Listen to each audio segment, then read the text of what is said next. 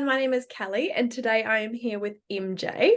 MJ, do you want to give us a little bit of an introduction about where you're from? When did you start with your VA career to date? Your area of expertise? So I'm based down in Ōtautahi in Christchurch. I've been with your VA, I think almost exactly a year. I think I'm right coming up on when my trial started. Since about this time last year. I'm a virtual assistant, sort of part virtual assistant, part virtual specialist. Do a lot of project management, but also general PAEA work, which is nothing to do with my prior career of spending 8 years in payroll HR legislation, and then moving into customer support and customer success management for a while. Amazing. And so what does your day-to-day working life look like when you're working for your VA? So I am a night owl to an almost I saw crazy that. degree. You're always online. When I go onto Slack Yeah. evenings, you are always with the green Oh, button. you say evenings. I'm on Slack at 2 a.m. Sleep. I later than that. Really? I am like left to my own devices. Like if I didn't have any responsibilities in the real world or like anything like that, my natural sleep rhythm is probably like 3 a.m. to 11 a.m. But in practice, businesses like to do things during business hours, so that's generally not quite how it works out. But do you find you're like most productive in the evenings? Like, is that when you're most? Yeah, You know, like everyone has like four to eight is my sweet spot for like stuff that I really have to concentrate on, or stuff that takes a lot of brain power. I'm doing that. Sort of 4 p.m. to 8 p.m. So oh, good. Okay, so you're like a night owl. So what do you do your day? There's actually like days slash night.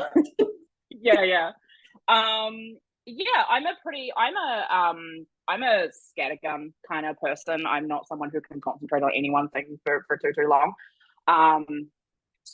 I have a few set meetings for clients and things like that. But other than that, I definitely like to bounce around different things. One of my clients, I'm doing sort of account management for them, which is really great for me because it means that I then get to work with a bunch of their clients, which is great because it means that it's sort of something different every time for that as well. Other than that, as I say, I'm a short burst and often worker. I've got 2 dogs that keep me entertained, that want a lot of attention anytime I look. Like they know what I sound like when I'm getting off a Zoom call. So like as any sort of sounds that I make, like I'm wrapping up a Zoom call, they will be at my feet, like staring up at me, ready to go.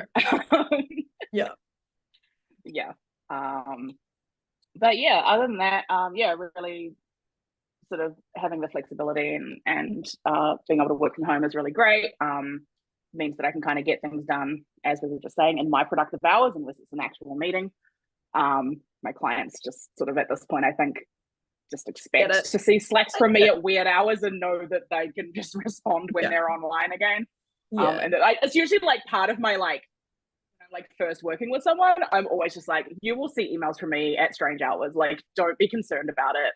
Don't feel pressured to respond. To be fair, that's probably my clients as well, because like I'm like the kids are obviously awake during all hours.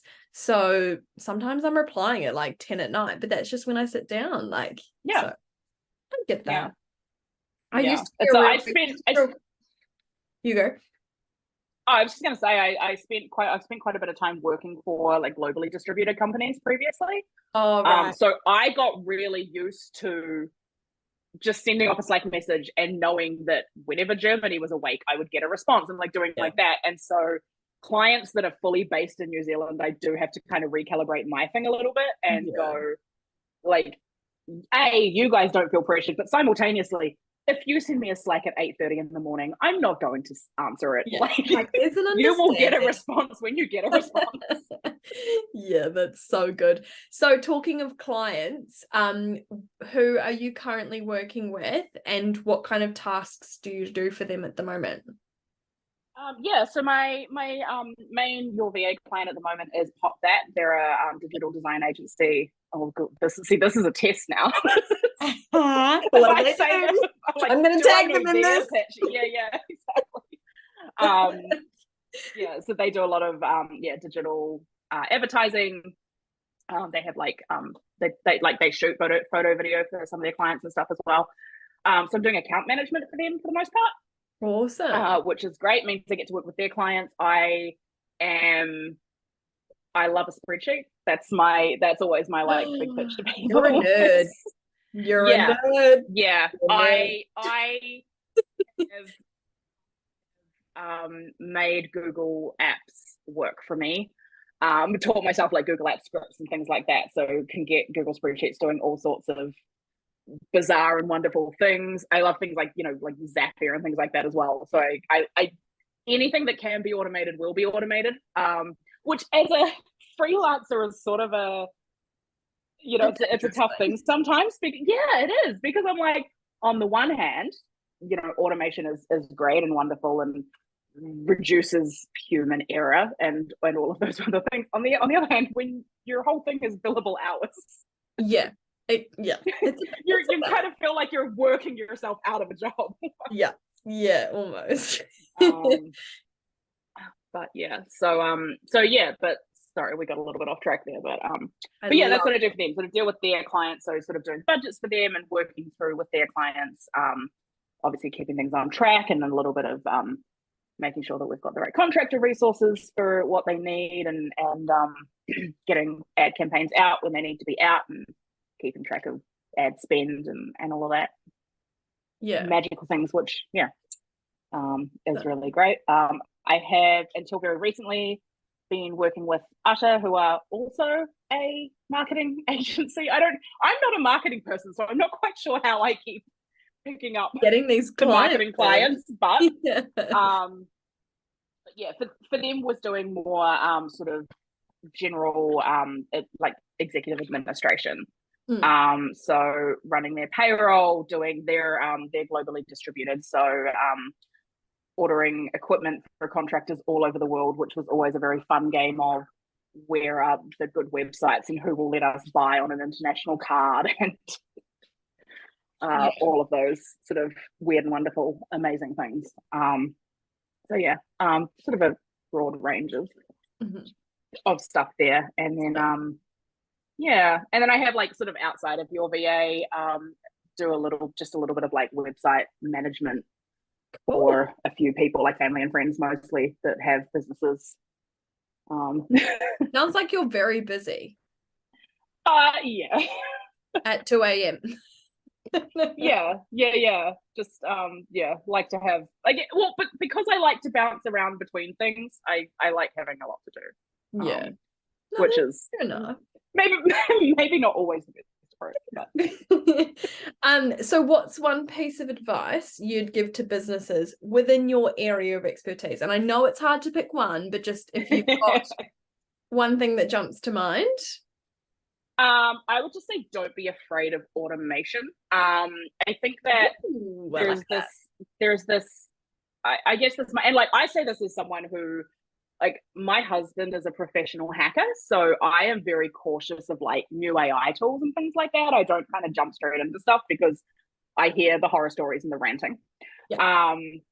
But automation in general, I think there's really still this mindset out there of like, it's always better to have a human set of eyes on something, and that's not necessarily wrong. But I do think that quite a bit of time gets wasted if you kind of stick to that too much. If you program something well, if you things like sort of even just like spreadsheets, pulling data from one place and putting it into another, like, yes, by all means, check it a whole bunch when you first write it, go in and spot check it, all of those sorts of things. But there's a lot of tasks that you don't need to be as afraid of as I think maybe some people are. It's probably so new as well that people are a little bit 100%. Oh, like, what's going on? Can I trust it? Which is good and healthy. Yeah, absolutely. It's like all those like things that you see on Facebook where put your photos in here and blah blah blah blah blah, and you're like, who Yeah. are you giving your data to? Like, just Yeah. really think about it. Let's take a step back. Yeah. So if some of our clients that are watching this are short on time and could do with a quick win for today, what's one action that they can take today that will help them?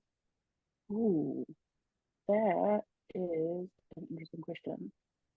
Quick win. I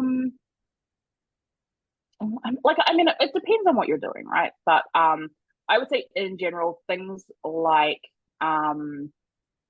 Zapier and tools like that, like there is so many like things like that have so many like pre-written automations already out there. Yeah. That, you know, like you don't actually have to put much sort of time or effort into it at all. And I would just maybe embrace a few of those. Like, yeah. Would you think whatever your time suck is, would it be like, because I'm not, that's not my area at all, but it would be like someone who's running a business that has so many different things to run that if they spent a little bit of time investing in that, for example, that it would end up saving them more time in the future. 100,000%. Yeah. Okay, because I feel like most business owners at the moment are really struggling with having enough time to do everything. Like, Yeah. there's not enough time And it's a really hard thing to, because like when it's one thing if you're a new business and you're setting up and you can do all these magical, amazing things, but if you're an existing business and you're already in the thick of it, it's all very well and good for like you or I to say, yeah, just take some of your time and do that. But time is not an infinite resource. Yeah. And that's why I think, yeah, the quick wins, like just look at what's already out there, you know. Yeah. Give yourself enough breathing room that you can then stop and think about something that is more individualized to what you're doing. Yeah. Yeah, totally. And so what do you love most about working with your VA? And don't say everyone says that. Definitely not. It is the team though, honestly. Which I guess you're a part of. Just yeah, like having a whole bunch of people who are really passionate about their own areas, to kind of bounce stuff off. Being able to, especially, you know, as I say, like the clients that I'm doing more generalized stuff for, if they want a little bit of marketing something or a little bit of this or that, like I could go off and figure that out and probably do a pretty decent job. Or I can jump into the Your VA Slack channel and be like, Kelly, what is a LinkedIn? What is this LinkedIn we talk about? Yeah, no, but you know, just knowing that, yeah, there are people out there that will be able to answer the question far smarter and far faster than I could possibly.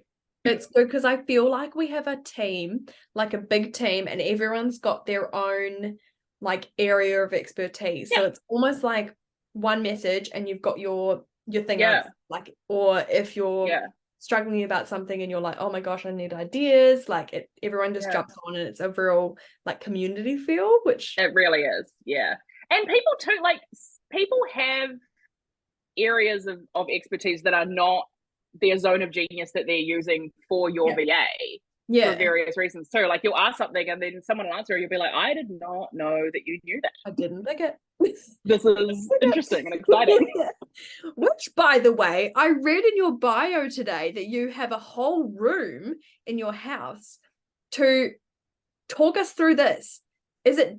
Wait, hang on. I've got a couple of interesting rooms in my house. So which one are you talking about? Because I can't remember what's in my bio. Oh, the Dungeons and Dragons. Are they all PG rated? Yeah. Okay, good. Well, I mean, it depends on how violently you play Dungeons and Dragons, actually. Like, I don't know what Dungeons and Dragons is. It's a tabletop role-playing game. You build a character and you role-play as that character, but there are a whole bunch of interactions that you'll have with other characters, or there's like one person running the game and they'll bring in some characters that they bring as well. You'll have interactions with them. You roll dice a lot of the time to like figure out how well or badly an interaction goes for you. And then it's designed as there's a lot of like battles and fights and things like that. And so is it done online or in person? We do it in person. We've got a whole room in our house dedicated to Dungeons and Dragons. We run hang on, one weekly game, one fortnightly game, and one monthly game from our house at the moment. Gosh, that's so cool. Yeah. So your husband plays So too? Yeah, so my husband runs most of them. I've got one game that I run, but he's much more into the like world creation than I am. That's so interesting. I love when people have like really interesting things that I just have no idea about, and I'm like, that is so not me, but I love it. Yeah. Well, see, that's why I was like, I don't know if you're asking about your room or about that room or about the room that we built the TARDIS into. The what? Doctor Who? Oh, I'm too young for this. I don't even know. Oh my God, Doctor don't tell me you're too young. Doctor Who is still on the air. Oh, honestly, I'm like Doctor so Who uneducated in modern things. Yeah. It's not even Yeah, funny. I'm gonna send you some homework. It's fine. Okay. Honestly, if my husband had an ear off at the moment, he would be horrified. Good. I'm glad. You can tell him later. No, long running sci-fi show. The main character travels through time and space in a blue police box, and the whole thing about it is that it's bigger on the inside. So it's like literally the size of a phone booth, but then you go inside and it's like massive. Yeah. So when we decided we were going to build a Murphy bed, one of those beds that folds down, into one of our rooms upstairs, we decided that it had to be the TARDIS. Of course, why not? Yeah, that's like a normal thought that everybody would have. Exactly. No nerds in this house. You know what? I'd love to see when you sell your house, like people coming through the house being like, "Who lives here?" Estate agent would just cry. I'm sure. Need to pay more. Yeah. So can you give me one personal and one professional win that you've had recently?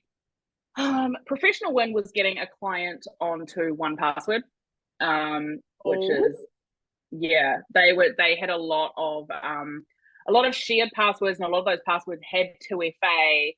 So people were having to constantly like re-scan the QR code because every time you put it on one phone, it takes it off the other phone and blah, blah, blah, blah, blah. And it was a bit of a nightmare. And so got that client onto 1Password, which has all shared 2FA, all of that big. I feel like I should have a referral code or something that we just, because I'm now like in the process of putting another client on it. Like I'm big rah. Good. You should share that with me after, because that's my pain point at the moment is so many. Oh, yeah, drives me insane. Yeah, we use it at home as well. It's really good. Personal win. Oh, go on. I feel like you're about to drop something. No, it's just I've just outlined my first novel. Really? Yeah. Oh, my mum's a writer. Oh, cool. Yeah, she writes things and she sends me them to edit them. What kind of? Oh my God, amazing. Like queer romance. Oh, I would love to read it and give you honest feedback if you want. I would love that. Well, I will hit you up in the new year. Yes, do it. I would love it. I love reading that kind of thing where it's like written from someone I know. Love it. Yeah. That's really cool. Is this the first book you've written, or? It is the first one I am writing with an intention to publish. Yeah, I feel that. See, sometimes I write things because I'm a bit of a writer too, and like I'll write things and then I'll write it and then I'll be like, no, that's lame. And I'm like, because I just don't have the courage that you guys have. This is what I need. Dye your hair and then you'll be fine. Yeah, exactly. Maybe I can just be chief editor. Yeah, that's what I do for Mum anyway. Exactly. Oh, how good. Well, it's been so good to talk to you. You've been a breath of fresh air in my day today because I had a terrible day and I've really enjoyed talking to you. Oh no. So yeah, thank you so much. Thank you.